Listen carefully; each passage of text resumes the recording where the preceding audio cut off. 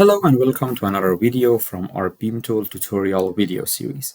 In this video, we want to talk about using BeamTool for designing full matrix capture or FMC inspection techniques. But before we go into the details of how to use BeamTool, we want to give you a little bit of background on full matrix capture or FMC inspection technique and the imaging algorithms such as total focusing method TFM or phase coherence imaging PCI that go along with this inspection technique to make high resolution images. And we want to introduce to you a point-spread function simulation tool which is being used in BeamTool as a powerful tool to help us designing FMC based inspection techniques. So first, a quick overview of what FMC or full matrix capture is. FMC or full matrix capture is a way of collecting data which involves full raw A-scan data collection from all transmitted receiver element pairs. Here is an example. If we have a 4-element probe or array, the way that the full matrix is captured is that first we fire the first element, and then we receive A-scans or response from all 4 elements. So that gives us 4 A-scans. Then we'll fire the next element number 2, and we receive on all 4 elements. So that's another 4 A-scans. And if we continue doing this, for all the 4 elements, we get a 4 by 4 A-scans in a matrix that is called full matrix capture. Now, the next step will be to use these elementary A-scans and try to create an image. The way that is being done is shown in this picture. The algorithm that is used to build images from these elementary A-scans is called total focusing method or TFM. The algorithm uses both phase and amplitude of these A-scans through a delay and sum operation to create an image. And here you can see step by step of how that works. Imagine that we have the A-scan that we obtained from firing element 1 and receiving element 2. And we have a point defect in our imaging domain. At this point, what will happen is if we create an image from this one A-scan, we see a bunch of arcs that one of these arcs will pass through a location of that hole. If we repeat this process for A-scans that are collected from different element pairs, we again get images like this that what they have in common is that at the pixel point that corresponding to the point to our defect, there is an arc that's going to pass through that point. Now, if we add all these images at the location that we have that point defect, all these arcs will basically go on top of each other and create a high amplitude. But at locations that we don't have anything, these arcs gonna add up to be close to a background noise.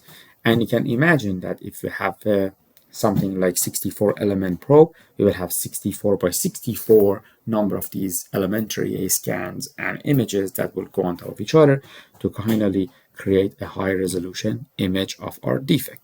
So what this image end up being is equivalent essentially to a image that, if you can think about in terms of focused phase array, the beams are focused at every pixel point in the imaging domain, and that's why we will have a very high resolution image. The next imaging algorithm that we can use with full matrix capture is called phase coherence imaging. In this case, instead of using, the process is pretty much the same, but in each step, instead of using both phase and amplitude information to make an image, we only use a phase information and we remove the amplitude effect.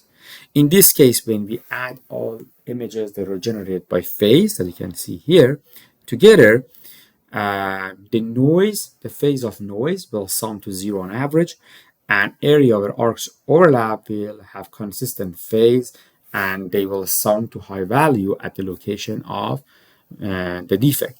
And again, we'll get an image here that only has high intensity at the location that all A scans received from different element pairs agree in phase, and again give us a very high resolution image.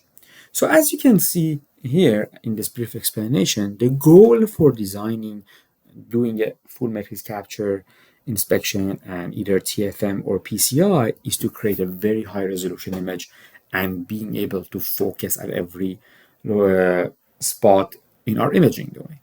But now, when knowing that, it makes sense that the goal for designing the inspection technique be that we take the most advantage of physics of ultrasound, our probe wedge imaging domain, so we can encourage the focusing and we can take advantage of focusing capability. To assess that, and what the tools that we use in BeamTool is point spread function simulation. So point spread function is essentially a fancy expression for a kind of an image that we can get from a point scatterer. You can think about a point scatter as a very, very small sidereal hole. And ideally, when you make an image from that with your imaging system, you will get only one pixel point with where the point scatter is and a high amplitude because it's a tiny, tiny, tiny size hole. So ideally, you get the exact same size hole around 1 or 2 pixels in your imaging domain. But typically, that never happens because we have a finite aperture and finite bandwidth. So the point target that we have is always going to be image with different amplitude, size, shape based on its position within the imaging domain in respect to the position of probe and wedge. And typically it will look like an extended arc and not exactly a shape of the point reflector. So this image, then the image that we get from this point reflector is point spread function. And if we zoom onto that in the region, you will see that basically that image is the distributions of intensity on a pixel point around where is boxed. And if you zoom into that, you basically see a rise in amplitude and then basically decay in amplitude. And from this distribution of intensity, we can read a bunch of information. We can use this to basically give an idea about this focal area as a size of this blob. The max amplitude can give us a sensitivity, the idea of the sensitivity.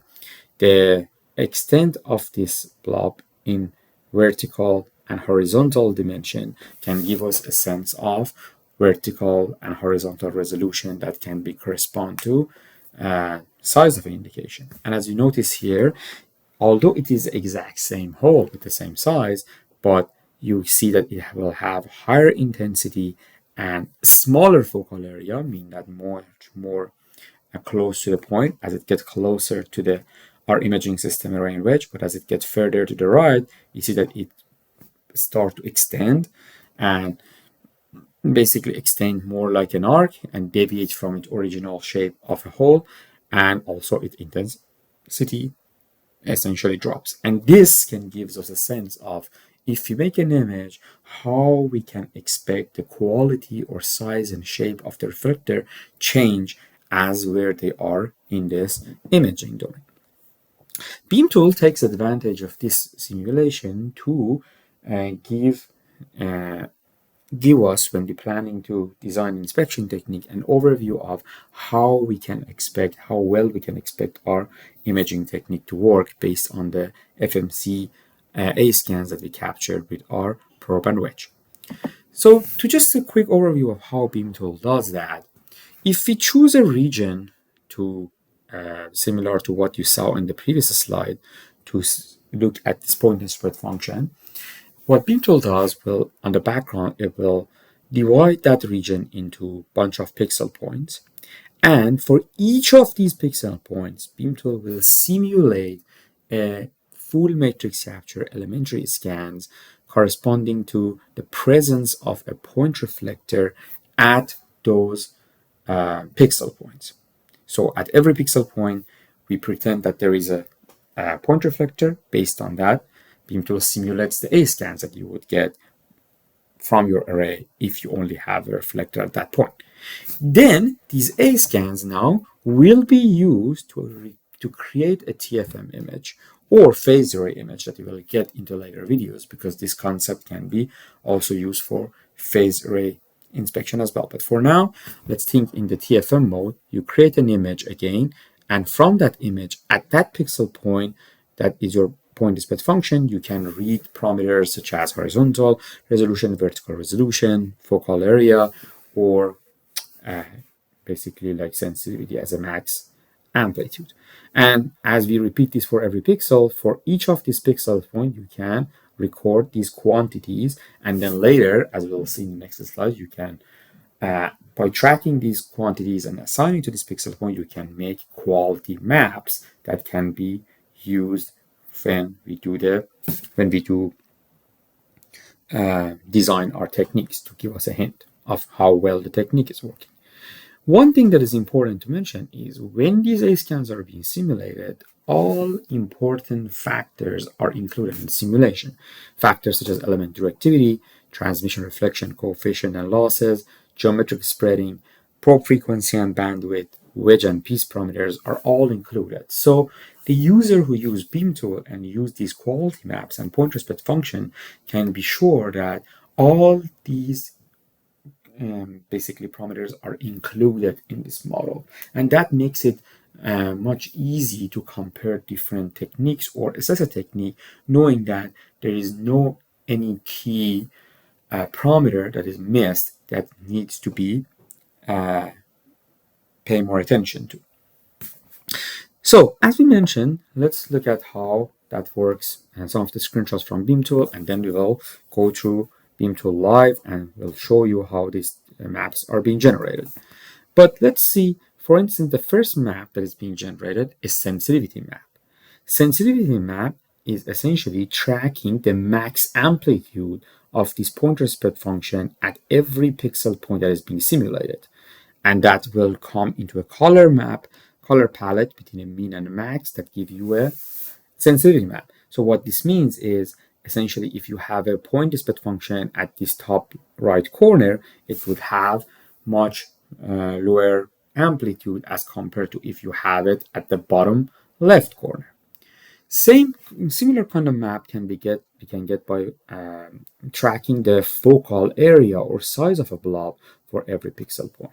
And here again, we can plot it from a mean and a max with a color palette that here is shown. So what it shows here is a change in the size of the point dispatch function or focal area in this domain. So here, when we get closer to the array and wedge, we see that we have a color associated with a lower value, means that our focal area is smaller, our blob is smaller, as you saw. And if we get further and further away, we see that now we go to larger numbers, meaning that the size of our blob will be increased. Two other maps that also we can get would be similar to previous ones in terms of mapping the parameters of this point respect function. One would be horizontal resolution and the other one vertical resolution.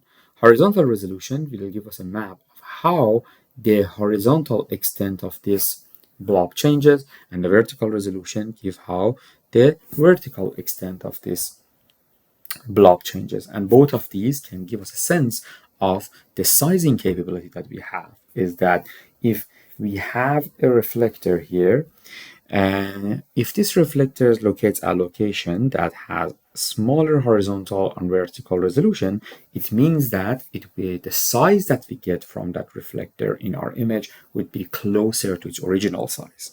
But as we go to regions that have higher basic resolution or lower, that means that the size of the reflector that we get would be much larger than its original size, and because of oversizing aspect, that our beam would not be as focused or do not have a small focus. Okay, so now that we got this, let's look at we can now look at how BeamTool works and use these maps in the next video.